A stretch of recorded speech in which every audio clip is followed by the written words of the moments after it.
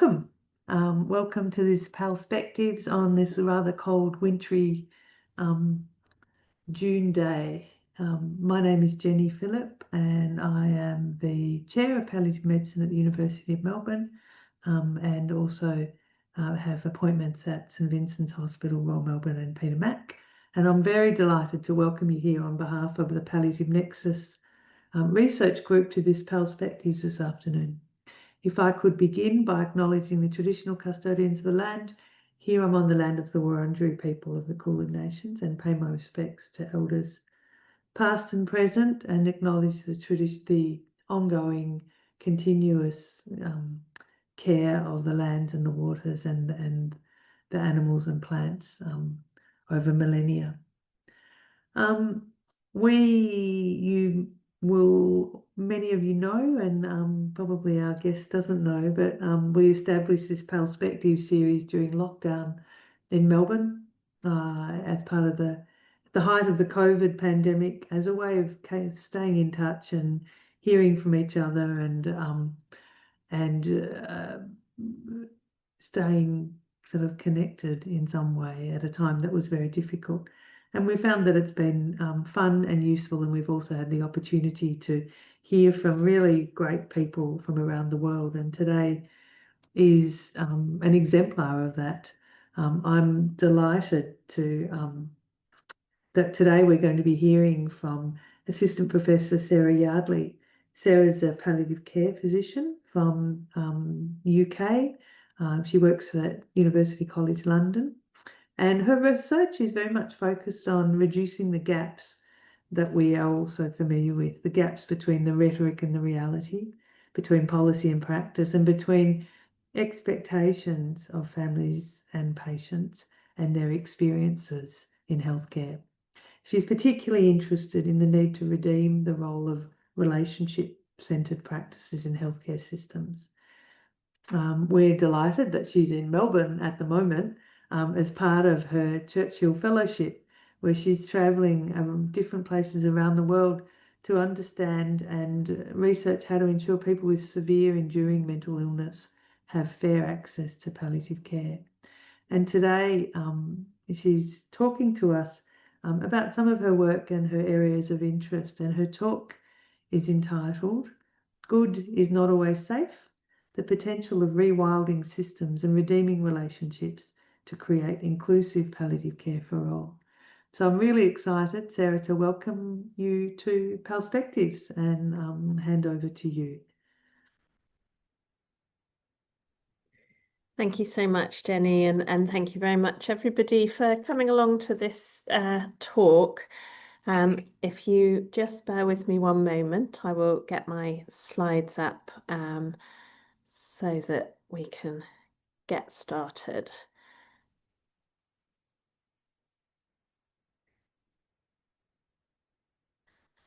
And hopefully that is now showing the first slide. Thanks, Yep, Jenny. I can see that. Thanks, Sarah. That's great. So yes, in some ways this is a bit of a think aloud talk, and I really hope that we have time for some discussion at the end of it, because what I wanted to do was present some of the big ideas that have driven my Churchill Fellowship. For anyone who doesn't know, that's funding to undertake a period of travel to go and learn from elsewhere in the world and bring that learning back to the UK. My fellowship is very much focused, as you can see from the title, around relationship, but also particularly thinking about palliative care when somebody is living already with a severe mental illness. You can see my contact details on this slide, and the QR code just gives you my email if you don't want to try and type it out. I'm always delighted to hear from people afterwards if you've noticed areas of resonance or you're already doing something that we could usefully learn from. So just the challenge of making the slides progress. So I want to just start with an acknowledgement. of the images I'm going to use in this presentation. Apologies if anyone's offended, but artists are allowed to call their images what they want to call them. And Nancy was somebody who was a patient of mine and whose work you will see later on in the presentation. Daniel and Laura are both artists who I've worked with in order to try and produce some more accessible and creative outputs from my research that subsequently we've been able to use to open up community discussions. And Richard is a photographer who has documented some of that. So drawing on those ideas, what I'm going to talk about is that rewilding healthcare is something we should be paying more attention to, but that's not about creating wilderness. It's about making a space for real relationships. And these are images from a postcard set that we created when Laura and I had an exhibit as part of a UCL art exhibition recently. And I've had some already, but I'm hoping when I return from my travels, there'll be a few more from people letting us know what about their doubts, hopes and fears if they were to find themselves setting sail into navigating healthcare with a serious illness. And I think this is a really helpful way of framing the question, particularly when thinking about both mental health care and physical health care, and when people are perhaps trying to navigate both of those systems in the UK. Coming back to the Churchill Fellowship, I'm actually in the last week of it, sadly. So I've been to lots of places, as you can see on this slide already, starting up in Anchorage and then moving my way through Canada and a little bit of the States, meeting up with a team from Denmark at EAPC to talk about these things, and then Adelaide just the week before. And now here, it's been really great to come and talk with Jenny and colleagues about complex interventions and building that evidence base in palliative care that's really grounded in real life practice. And I'm just finishing off with a little trip to Canberra before I head back home, talking to some healthcare system designers. I wanted to also just highlight when I talk about relationship, what I mean, because I think certainly for a long time, coming from my clinical practice, a lot of my colleagues, our thinking would be taken to the idea of a therapeutic relationship. And of course, therapeutic relationships between individual clinicians and those they're providing care for, or even within teams and group situations, are really important. But in terms of thinking about how do we make a difference across a system, when I use the word relationship in this presentation, I want us to be thinking about shared understanding, about meaningful use of resource and willingness to change each other through genuine exchange throughout the system. And hopefully some of the ideas that I'm exploring will become clear as I go through the presentation. I suspect for most of the audience, the other definitions on here will not come as a big surprise, and you're all familiar with them, but just there for reference so that you know what I'm referring to. And many of you may have come across this. I work with Libby Salno in the Marie Curie department at University College London, and this is taken from the Lancet Commission on the Value of Death, which Libby led, and she herself calls it, you know, a horrendogram. So I'm not being rude by using that term, but you can see just how complex when we think about systems broadly around end-of-life care and death systems, things can be. And we might well talk about parts of those being human, parts of them being the sort of formal health system, the wider social cultural system, political, economic, legal systems. But each one of those lines represents a relationship or an absence of a relationship. And I think, you know, my critique of the literature is, and I very much include myself in this, is that it's really tempting for us to focus on what's at the beginning or the end of each of those lines, and rather than maybe perhaps really exploring what the quality of the line itself is and what the implications of that are. And that's what I'm really trying to do with this piece of work. And to give you some highlights of the kinds of things that can lead to, I'm going to share with you a short recording, and I don't know whether this culturally translates out of the UK, so I'll give you a little explanation.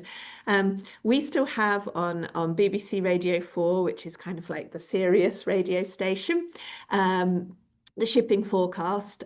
So that's the weather and sea conditions played several times a day. And of course, there are less and less people who directly need to know that for their own personal work or safety.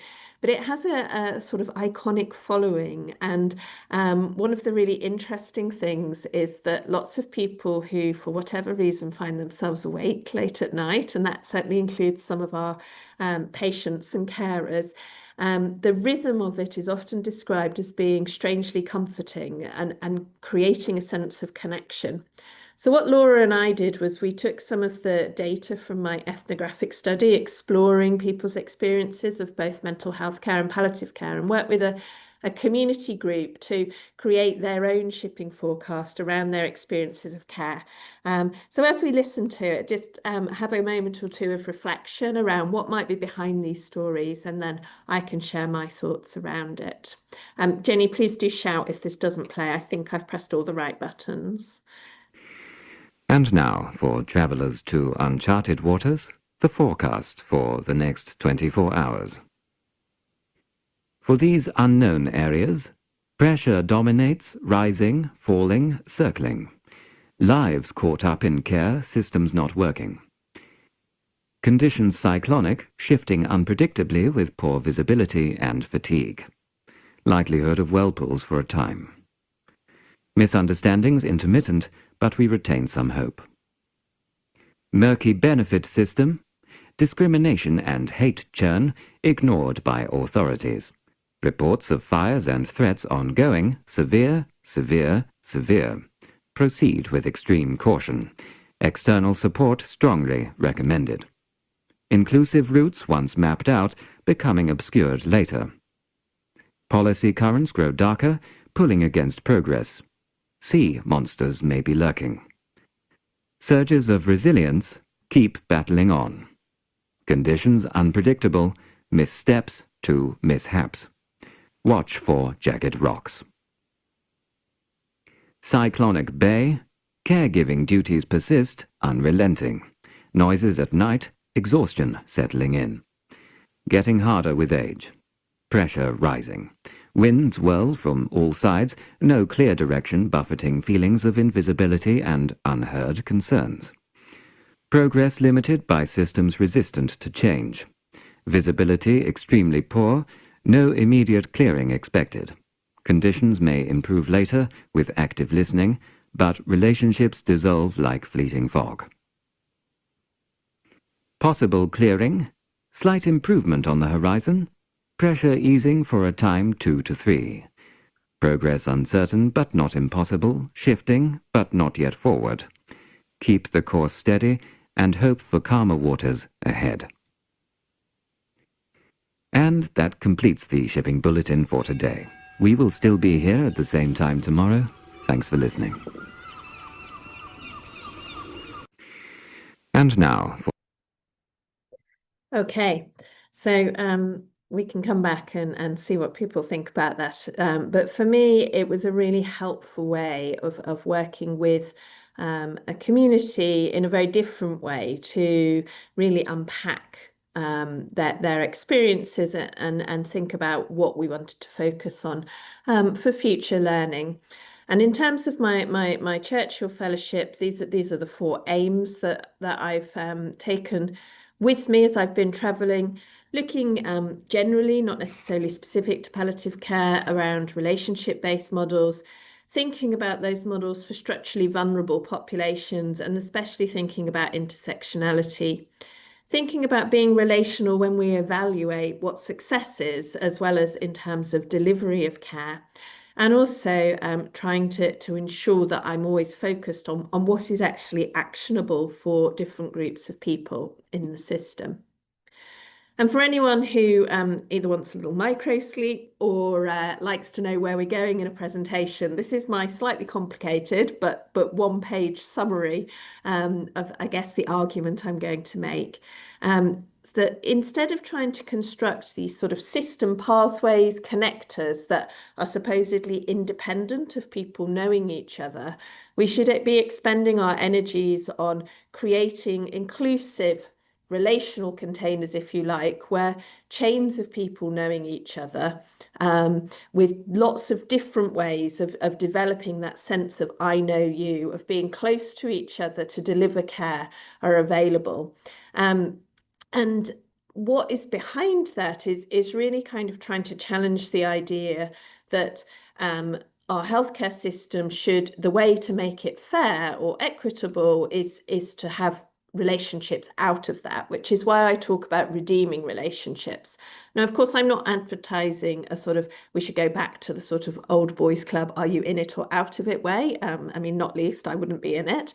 But I think there is a sort of hidden current in a lot of certainly UK healthcare policy over years that has sort of said, well, because relationships were sometimes exclusive, that's not fair, so we must take away relationships. Whereas instead, what we need to do is make sure that everyone has inclusive access to those connections.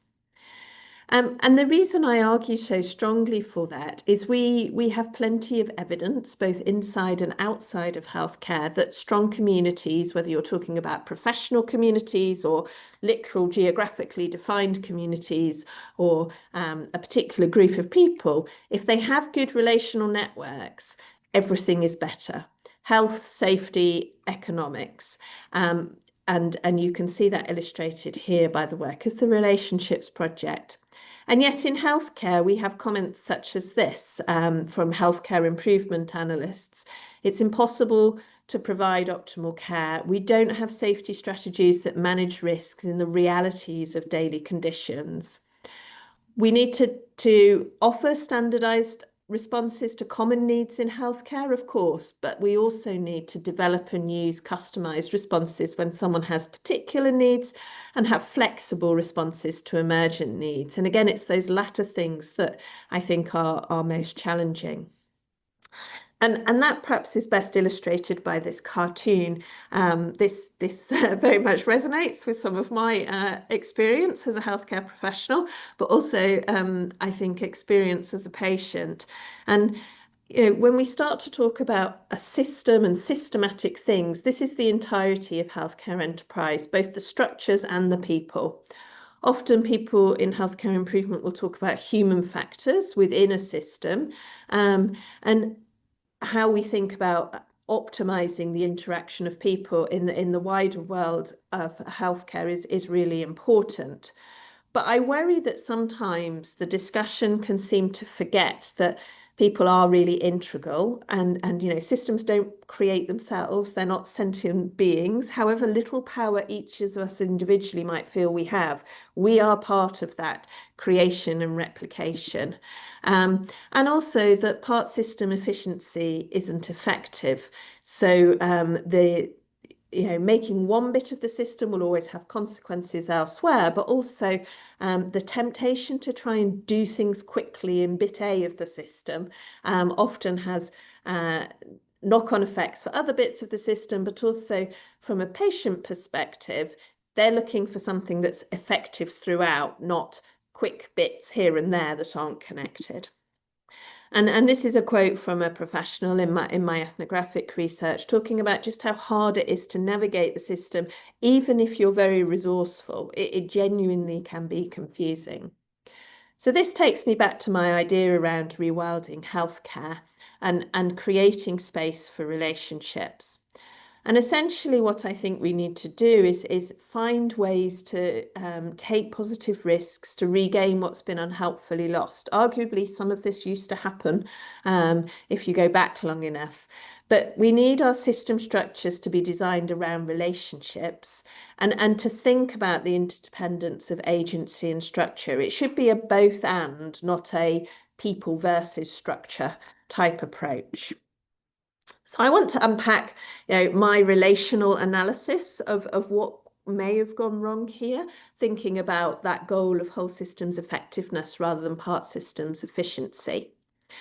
And what I am working with at the moment is, these ideas. So if you were designing a healthcare system or any system and resource was no object, then of course you could design an ideal system. But we all know that there's never a case where resource is no object. And so there will always be a pragmatic design gap between the ideal and the intended, because we have to work within the resource we have. However, there's also often a gap between the intended, which is still perhaps how people are imagining healthcare to work, and the actual, which is that messy reality of what actually happens in practice. So you can get another gap there that's a delivery gap. And actually, pretty much everybody who's doing the actual work is really keen to get as close to the ideal as possible. But that means there's an awful lot of hidden work that's going on in the system that is perhaps unrecognised, but also in some cases deliberately hidden for a whole variety of reasons. And so things that I would suggest sit in some of those gaps are in delivery. Often if something is perceived to have gone wrong in a healthcare system, more rules are added, which don't necessarily achieve what is intended and do often destroy trust between different people within that system. Equally, a lot of our demand management interventions create work without necessarily there being evidence of added value. The hidden work, I said sometimes I think work is deliberately hidden, and so you have broken feedback loops. I, as a clinician, cannot expect the people who I perceive as having decision-making power and designing systems to do it well if I have reasons not to share with them what my own workarounds to make things work are. And I'm going to illustrate that more on my next slide. And then also we have the problem of cycles, particularly for the patient population I'm interested with severe mental illness, of often ineffective high-intensity resource use that is wasteful because it doesn't meet their needs, and we need better ways to do things. So coming back to that idea of broken feedback loops, this is a picture of a real roundabout system in the UK, not far from where I grew up. We all lived in fear of it being part of our driving test. Thankfully, it wasn't for me. And I don't know about you, but working out how you're supposed to navigate this is somewhat challenging. This is what it looks like in the designer's mind and indeed on the road sign. Which perhaps simplifies it a bit, but I'm still thinking there isn't actually a way to completely follow the highway code, because if you're doing it for one bit, you're automatically not doing it for another bit. And so what we see is, work as imagined, that the designer of the roundabout, I'm sure, thought this was a really smart idea, and maybe it is a smart idea, but what that looks like on paper is very different to what work has done is. It's also different to the work as those drivers would declare, because if they come off that roundabout and are stopped by a police car, the story they tell may or may not be part of the work has done, because they know the implications that are there potentially. And it's also different to work as matters. The roundabout is actually easiest to navigate when it's really, really busy, because everyone just goes very slowly and kind of shuffles their way through. Free-flowing traffic is much more difficult. And so you have these different representations of what is going on in the system. And what you need to avoid the breaks in those feedback loops is trust. And I think that is a core problem in how people manage healthcare at the moment, in that there are lots of people who are engaged in workarounds to get the best for their patients, but that is not necessarily something they're willing to trust as feedback back into the system. Other people talk about, it's not even as good as the roundabout complexity, because it's just like sailing in open waters throughout the healthcare system with no navigational guide. And clearly that needs addressing. So I've talked already about relationship and redeeming relationship, and relationship-centered practices involve putting relationship first, not just as an end in itself, although that can be important, but also throughout the system as the way other goals will be achieved at multiple layers, as you can see illustrated here. And safety then becomes conceptualized as in the coherence of those relationships and mutual understanding. And to do this, I think it's really important that we don't try and short circuit too much, and that people can genuinely learn from experience, and to develop needs-based care. And many of you, I'm sure, are familiar with Maslow's hierarchy of need, and often we think about this in healthcare professions education terms, but it applies equally in clinical practice, but also it's not really a hierarchy. Most of us need all of these things to be going on, and we need to experience them rather than just be told about them to really kind of have ownership of different ways of working.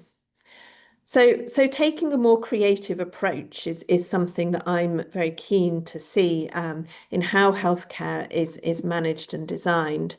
But, I'm not naive enough to not think there are things holding us back, and I'd be interested to hear your thoughts on this. But I think often we live with a fear of letting go of control, regardless of our role in the system. I think that's something, and again, I'm speaking for myself and where I've worked and then the UK mainly, but you can tell me if it resonates here. I also think there are often biases in how we think about risk. Risk is not the same as harm. It's not automatic that if a risk is taken, harm will result. But equally, safety isn't necessarily the same as good. I think positive risk-taking is sometimes how we achieve good for our patients. And there are cultural norms about who or what holds responsibility and accountability. So whose risk are we talking about? Are we talking about institutional risk or personal risk to professionals or patients and families and carers? And lastly, a sort of credit to one of my mathematical colleagues who as a throwaway comment said to me shortly before I came away, you healthcare people, you're always talking about risk, but you don't mean risk, you just mean uncertainty. It's only a risk if you can put a probability on it, and often you're all just dealing with uncertainty. And I think that's a useful stop and think moment as well. And coming back to the Relationships Project and David Robinson's work, if we know that relationships can do all the good that I've highlighted to you, isn't it a form of positive risk-taking for us to think about how much better it would be to use those more effective ways of working, even if we know they might go wrong now and again, rather than sticking with things that we know are not working for the people we're trying to care for most of the time? So this is coming back now to the ethnographic study that kicked off all of this work and ideas. And for any methodologists who are listening, this is the sort of one-page how the study was designed, with a review of the literature component, some ethnographic work, some co-production workshops with people from different parts of the system. And you can see on the right-hand side of the slide the things we hope to get out of it. We found there was a real absence of good literature about real life practice when we were looking at what here is called the social in-between, and what now I'm talking about as relationships in both palliative care and mental health care. And so the research was co-designed with a public engagement group. And then I spent time, 148 people took part. You can see a lot of those took part in interviews, but I also undertook 32 days of observation in these different areas of our healthcare system. AMU stands for Acute Medical Unit, which is where most people would end up unless they clearly needed, for example, surgery after attending an emergency department. GP is general practice. And then 20 people from those areas with different groupings, different roles, different levels of experience and seniority joined with me in a series of workshops to try and identify the active ingredients of what does good look like. And we use this activity theory model. You don't need to take all this in, but hopefully you get the idea that it's about looking at both people and structures with a system without sort of privileging one over the other, and trying to really look at interactions. And coming back to the population I'm interested in, the people who need palliative care and also have severe mental illness, to just contextualize this for you a bit. You can see our population is about 70 million, how many people are expected to die each year. And we estimate that 1 in 4 have no access to good palliative care, although 90% would potentially benefit from it. There's also, and we only here have a figure currently for England, but 500,000 people in England living with severe mental illness. And you begin to see this pattern of where things are most problematic in terms of disadvantage and social deprivation, but also minority ethnic groups being more effective.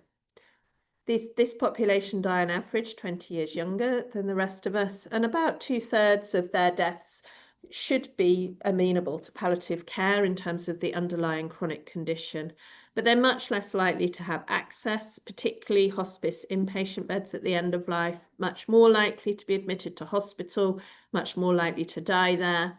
Their emergency bed days are higher, although it's estimated that specialist palliative care could make a significant reduction in those.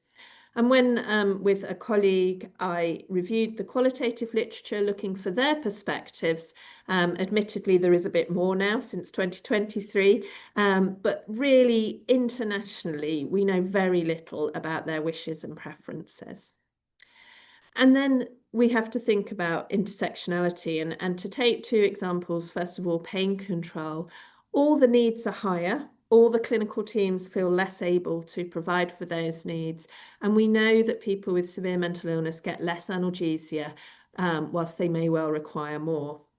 Highlighting again as a potential intersectionality, which I think is quite likely, although I can't give you numbers for it at the moment, with ethnicity, because we also know from other research that these groups of patients are less likely to access palliative care, and less likely to get prescriptions for analgesia, less likely to have their doses appropriately titrated, more likely to use unplanned care services and be admitted to hospital.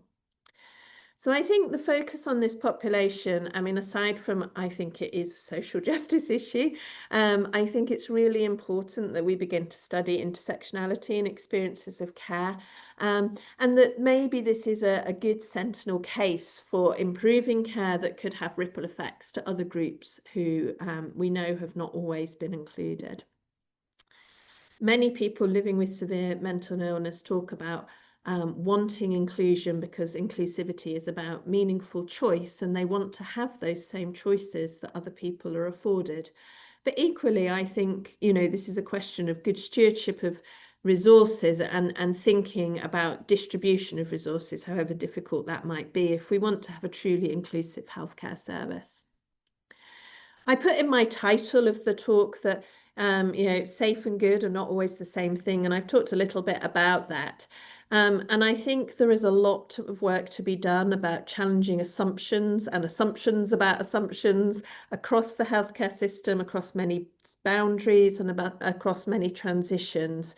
Here you can see Nancy's picture, the matchbox, illustrating her experience when diagnosed with a degree of disease that meant she needed palliative care. The bottom right picture is of the Fastnet lighthouse, and there is a sailing race that goes round here. It's quite a long way offshore of the mainland every year, and this for me really works as an analogy for challenging assumptions and thinking, are we conceptualizing safety right? Because in 1979, this race led to disaster. Lots of people died because there was a big storm and people got off their boats and into lifeboats. The lifeboats, unfortunately, did not do what you would hope a lifeboat would do. And yet many of the original sailing boats were found, still secure after the event. And so this coined the phrase in maritime safety that you should never step down into a lifeboat. The lifeboat is only safer if it's already, your other boat has already sunk beneath the waterline. And similarly, I think, coming back to this whole thing of, when should we take positive risks? When there isn't a risk-free option, how do we think about safety? And particularly in healthcare systems, too often the official safety systems prioritise physical safety and also things that are perhaps not relevant to people who are receiving palliative care.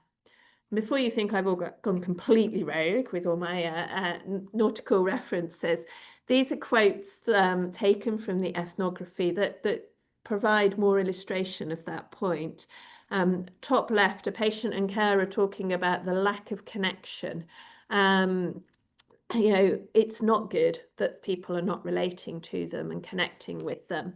Top right is a acute medical healthcare professional talking about the dilemma they feel they're facing about they really want to ask the patient and family what level of risk they would tolerate, but they feel that they can't. They feel that they have to do what they describe as saving his life, something that people doesn't agree with.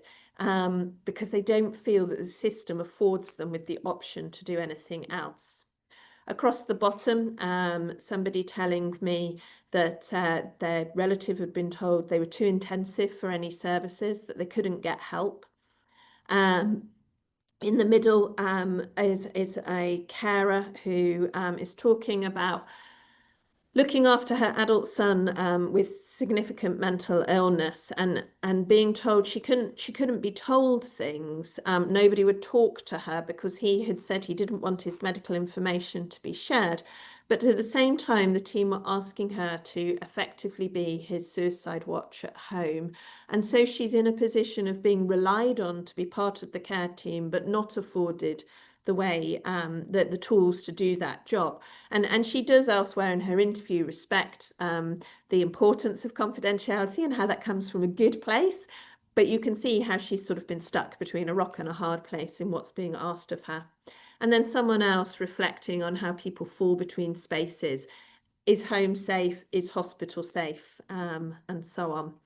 And to give a bit of a positive note, people did talk about best care being when people did take risks to respond as human beings, despite the system. So for patients and their care partners, and I promise this came from the data, including the pun, in fact, so I'm not wholly responsible. They often feel like these open waters are also uncharted and the sea is very stormy. And you can see here what they wanted to be prioritised for improvement. And there is nothing on here that isn't relationship focused. So my analysis is that we have a system where a lot of things are operating under tension, and if I was picking out just a few things that we need to address, it would be how do we build in valuing multiple forms of experience and expertise? How do we break this so many people feeling they're forced into transmitting information and then checking and chasing it rather than be able to have real-time dialogue? Why do so many professionals feel that they're not empowered to act or resourced to act until a crisis happens? And how do we shift to more proactive, preventative work, even in palliative care? And also a sad reflection that many professionals told me during the ethnography that they felt they were being asked to spend all their time focusing on trying to stop something going wrong to the detriment of having time and resource to focus on actually trying to do good or do right things. So we tried to use the activity theory model to produce what we would like to come out of the workshops and where we thought we could bring relationships back into it. And you can see that highlighted in green on this slide. And this stood really in contrast to people feeling that documents were increasingly used to sort of create a false sense of control in the feedback loops of the system, rather than there being space for trust, relationship, dialogue, and kind of thoughtful, personalised choice in care. And so I'm beginning to think through with people about these ideas and using the metaphor of rewilding healthcare and thinking about islands of care within a sea of relationships where we all are responsible. You know, if somebody needs helping or rescuing even, everybody can play a part. It's not about responsibility sitting purely with the healthcare system, but in communities beyond that. And how do we develop the right language to engage and develop then shared meaning and practice? How do we reconnect those islands? And again, on the right-hand side of this slide, this is from the community group Laura and I worked with, talking about different islands messages from their experiences of healthcare. I mentioned earlier on about relational containers, and David J. describes relationality as the capacity of an environment to create relationship, weave with intention, have this information exchange, keep what is good from the past, but also have the courage to do new things for the future. And another way of putting all this, I could have just shown you this slide, is you know, not trying to have this control and assigning tasks and work, but creating ways for people to work together. And I think a key component of that is really systematically attending to stories as we think about healthcare system improvement. The course we want to make, the course made good, might be not one that we can go directly to. We may have to go back and forth. And if you could see me, I'm waving my arm around. You know, we can't always go directly from A to B, a little bit like the cartoon I showed at the beginning, but we can really attend to the stories that take us in the right direction. I mentioned again at the beginning different dimensions of proximity, and I think what the pandemic really taught us is that yes, geographical, physical co-location can be really helpful and really important, but there are other ways of feeling close and developing functional proximity where trust and relationship improve care. And you can see some of those that came out of my research listed on this slide here. And so, you know, I'm getting towards the close of the talk now, but just a few more things as food for thought. This is data from an observation with a key worker in a mental health care team. And you can see here how she's reflecting on her role and what it is to be that key support for the patient, how much depends on taking that larger view, and also both of them feeling caught up in a system that is broken, and trying to really build relationships throughout the system to create some good for that person. And in the workshops, we drew on that sort of data to develop the ideas of relational glue, the support constructed between people, and relational reach, the bridging work that people do that often is hidden to link across the system.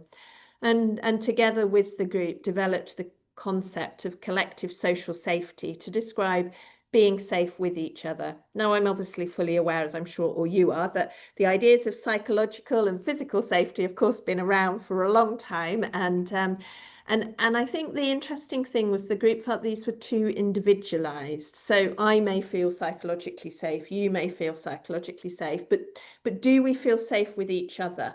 And same with physical safety. And instead, collective social safety was then a sort of way of describing that we are safe with each other regardless of our situation. Just as a child who's got a loving, caring parent often will feel safe with that parent regardless of whether the parent thinks the situation is safe or not. And I think this is a really helpful way when a lot of the people we work with, the situation probably isn't safe, or it's certainly not, you know, where you would choose to be, but how can we create this sort of safety? And of course, if we work in this way, then gradually things that are effective can be documented. Some of the learning I think that's been highlighted on my trip is how do we focus on whole system effectiveness?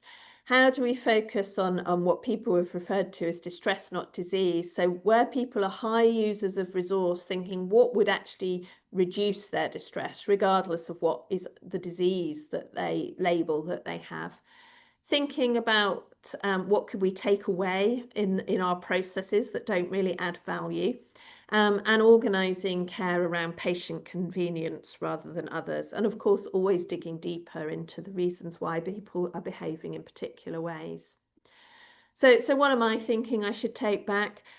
Thinking about shifting efforts to this whole system effectiveness idea, about how do we form chains of knowing in a series of relational containers, and how do we have, the sense of being anchored in a supportive way, but not in the sense of being under tension and too restricted to do good work. And probably a key thing about that is getting away from really strictly criterion specified services. And I'm happy to chat more about that in the discussion. I think as for any improvement, it's important to think about resource costs as well as impact and satisfaction. And I'm hoping to be able to think at all levels of the system to begin to make a difference for this population. And these are just some questions that came out of my research, but which I come back to after my travels. Given the opportunity, I'd love to really be asking various different decision makers in the system and working with them to address, to make steps to improve this care. So I think this is probably my last slide, but just as a reminder, rewilding healthcare is not about wilderness. It's about making space for real relationships. And whether your thoughts are doubts, hopes and fears or other thoughts about anything I've said, I'd really love to hear from you by email, as well as the time we've got for discussion just now. So I will stop sharing. Thank you very much. Thank you, Sarah. That's a tremendous talk, and the complexity and just the big picture thinking that you've been doing, as well as the deep dive personal thinking, is really wonderful to bring that together. And I do feel a bit moved to put on my best pirate accent, but I don't know that I have one, so I'll persist in this. But I'd invite people in the audience that they may wish to put some questions in the chat, and I will also we got the chat. Anyway, please put your questions in the chat and I'm sure we'll see them. But I'd like to start off, if I could. So thank you. And I wonder if I was interested in the uncertainty versus risk thing. And I think it is interesting because even that language is really important. I think in healthcare, we're really used to dealing with uncertainty. We sit with it all the time. We know how to navigate it. It feels more or less levels of discomfort or comfort, but it's a sort of a language that we know, whereas risk feels like takes it out of our control and it's in someone else's realm in a way. There sort of becomes maybe a bureaucratic or a legal or something or other framework. And I think even just that sort of switch of language is perhaps important in how we navigate that. And I wonder if you could comment on that. I think my experience in the UK and on a more evidence basis from the ethnography is that these things are talked about differently and different languages used in different parts of the healthcare system, and that may be one of the problems. Interestingly, a lot of the psychiatrists who took part in my research, when I said, well, what does risk, what does that make you think of? What does it mean to you? Would very much talk about suicide risk or self-harm or harm to others, and in a very structured framework. But then when I'd say, well, what does safety mean to you? They would give a very different answer that was much more about, what is safety? What does that even mean to anybody? What is choice? Choices have consequences. What is uncertainty? And then other people would talk about things like you've sort of alluded to in terms of institutional risk. And I think risk language is quite developed around organizations. So reputational risk or financial risk, all those sort of more structural things. But I think, one of my sort of thoughts from the ethnography was, what if every time we want to say something that is either risk or uncertainty, we just say choice, and choices have consequences, because it's really hard to think of scenarios in either palliative care or mental health care, let alone when somebody is needing both fields of care, where you're going to be starting from either a sort of direct kind of binary decision making, or there's going to be a certain and or risk-free option. And so I think you're right, language is really important, and I think it's always helpful. It's a bit like those ethical dilemma scenarios that we've all been presented with when you're sort of thinking about different ethical approaches, and you change one factor about the scenario, and does that make you think differently? Sometimes changing the language can be really helpful to prompt different thought. But also, if we're all using these words quite loosely and we've all got our own idea in our heads, or our field has an idea, then how can we possibly expect to communicate in an effective way? So I think that sort of shared meaning as well as shared language is really important. Yeah, no, thank you. Absolutely. There's something very I'm conscious of how patronizing it is to take away risk, and when you say take away choice, then that really sort of highlights it. I think my elderly parents were in a independent living, but in an aged sort of whatever, and their hot water was turned down to a level where even I couldn't have a shower in it. So, and it was just silly. It was silly, but that notion that that they were unable to make a choice about their level of risk. Yeah.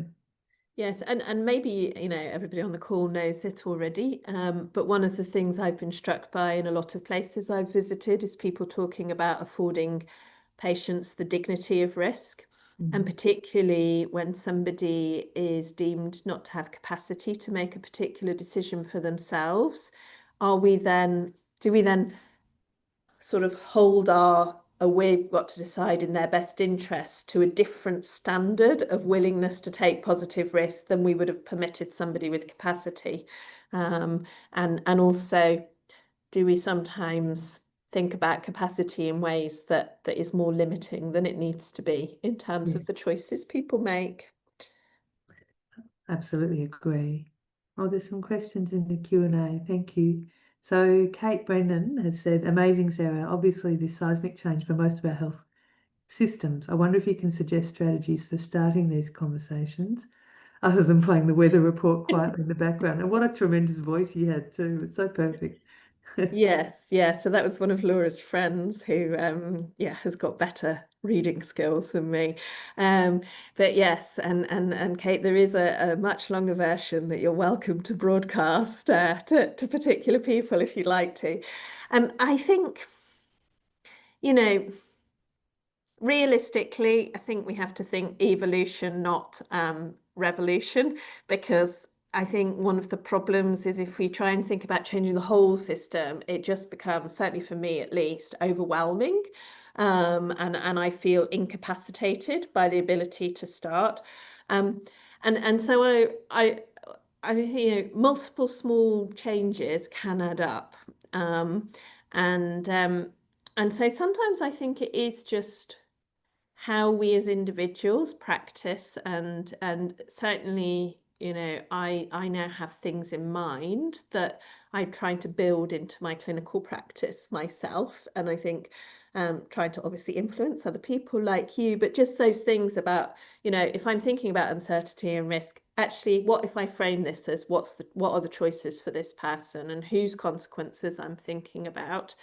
I do think that there is potential to really, when we think about sort of either local projects or maybe research projects, if I was going to focus somewhere, it would be about boundaries and transitions in the system, and really challenging those, and that might be, you know, depending on your role, it might be for a particular individual patient, negotiating, you know, if you've got a clinical role, negotiating with your employer that you really do need to go and speak to the mental health team, even though they're employed by somebody else, you know, or it might be something much bigger. But I think the transitions between care locations and how we can have better dialogue about those is a sort of hot topic area, that maybe we can get some traction. And also I think, you know, I've been really fortunate. I mean, I did the observations in mental health care because I was doing this research, but there's so much I learned from going to observe in another team. So if you, again, as a practitioner, if you have any opportunity to do some kind of observation or secondment as part of, you know, continuing education, just going to learn in another field is really helpful for these conversations. And then on my most sort of bold days, I do like when someone's telling me we have to have a new set of rules, just saying, and how is that going to help? And what value does that add? And why are you asking me to write a policy on this? And do you think it will make a difference? So you're that person that works, and sometimes it doesn't. There's a question, and maybe just a quick answer if you could, around just unpacking positive risks a bit more. There's a question about whether is a positive risk one that's got a greater probability of something good happening, or just more likely, more than something bad happening. So what does a positive refer to? Do you want to maybe give some examples? Yes, so I think maybe it's easiest to start with an example. So, you know, often in hospitals, in my experience, you can have a conversation with, as a palliative care clinician, with a parent team where somebody's saying, well, we don't think it's safe for them to leave the hospital. And sometimes people will say, you know, we have a duty of care. So, for example, I looked after somebody who had a brain tumour, who wanted to travel outside of the UK, and it would either be a, you know, multi-day journey or a reasonably long flight. And nobody thought this was a particularly good idea from the professional point of view. And nobody, and the patient was aware of that. And so the conversations of course got stuck because nobody would endorse it. And then she said, oh, actually, I'm going to be, I want to be discharged to this London address. And we were pretty sure that, like, she fully intended to just get her family to organise it as soon as she was discharged. Now, I had some interesting conversations with colleagues like, where does your duty of care end? And I said, well, you know, hospital is not a prison. You know, we have to let her make her own choices around that. And in terms of positive risk in that example, I guess it's about, there's something about having a positive attitude, if you like, to giving people that, what I was just calling the dignity of risk and the dignity of choice. But there are also other examples where the positivity, because I don't think it is always the same thing that you're referring to, is about, well, what is this person's priority?